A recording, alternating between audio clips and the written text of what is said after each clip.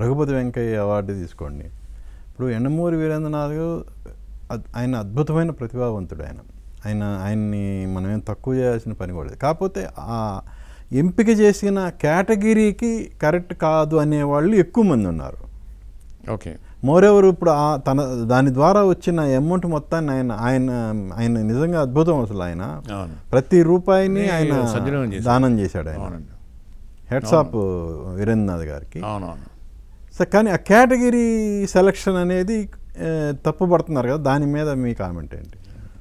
Raghupathi Venkaiah Naidu award అనేది అది నటుడికి కాకుండా ఒక వ్యవస్థ కోసము, ఒక మార్పు కోసము కృషి చేసిన వాళ్ళకి ఇస్తారని దాని విధానం ఉంటుంది. సినిమా ఇండస్ట్రీకి సంబంధించి ఇన్ఫ్రాస్ట్రక్చర్ ఆయన కూడా డిఫరెంట్ అంటే నవల నుంచి సినిమాలు తీసుకొచ్చి చాలా సక్సెస్ అయినాడు ఆయన.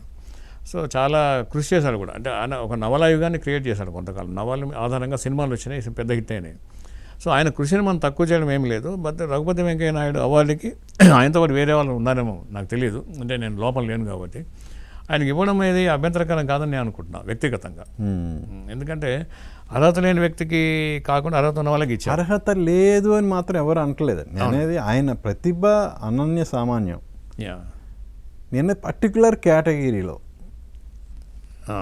అంటే పర్టికులర్ కేటగిరీ అంటే దానికి ఒక స్వరూపం అంటే ఏం లేదండి.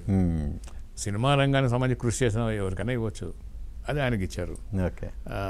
ఇచ్చిన తర్వాత కూడా మనం ఇంకా దాని ఆర్గ్యుమెంట్లు అనవసరం అనుకోండి. కాకపోతే నేను పర్టికులర్ మిమ్మల్ని అడగడానికి, ఎందుకంటే మీరు గతంలో చేశాను ఈ కమిటీల్లో చేసి ఉన్నారు కాబట్టి దాని విధి విధానాలన్నీ మీకు తెలుస్తూ, సో దాని ప్రకారం మీరు అనాలిసిస్ చేస్తారు కదా. ఏదేమైనా సార్ ఇప్పుడు వ్యక్తిగతమైన నిర్ణయాలు అందులో ఉండవు సార్. కమిటీలో 14 మందో 15 మందో ఉంటే అందులో ఎన్పిఆర్ కమిషనర్గా ఎండి గారు కన్వీనర్గా ఉంటారు, మిగతా ఆయన కూడా ఓటు ఉంటుంది చివరిలో.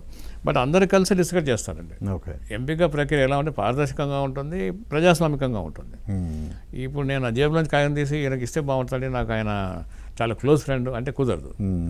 ఆ క్లోజ్ ఫ్రెండ్కి ఏమర్హతలు ఉన్నాయి అందరూ డిస్కస్ చేసి ఆమోదంగా ఏకగ్రీవంగా అంటేనే తీర్పు. అది జ్యూరీ అంటేనే తీర్పు ఇచ్చే కూటమి కదా. ఆ తీర్పుని మనం విభజించవచ్చు. ఇప్పుడు మనం బయట కోర్టులో తీర్పుని మనం హర్ట్ అవుతాం. మనం ఇది ఎందుకు ఇచ్చారు, కోర్టు ఒక గౌరవ న్యాయస్థానం కదా, ఎందుకు ఇలాగ సమాజానికి ఇట్లా ఇస్తే ఎట్లా అనుకుంటాం మనం. బట్ ఏం చేస్తాం, వ్యవస్థ అలాగా ఉంది. సో ఇందులో నేను అనుకోవడం అంత గొప్ప తప్పడాల్సిన తీర్పు అని అదేం కాదు. అది ఆయన కృషి చేశాడు, ఆయన రంగంలో కృషి చేశాడు, సినిమా రంగానికి అనుబంధం ఉంది ఆయనతో. ఆ కృషిని ఆ కాలాన్ని పరిగణన తీసుకొని అవార్డు ఆయనకి ఇచ్చారని అనుకుంటున్నాను. ఓకే.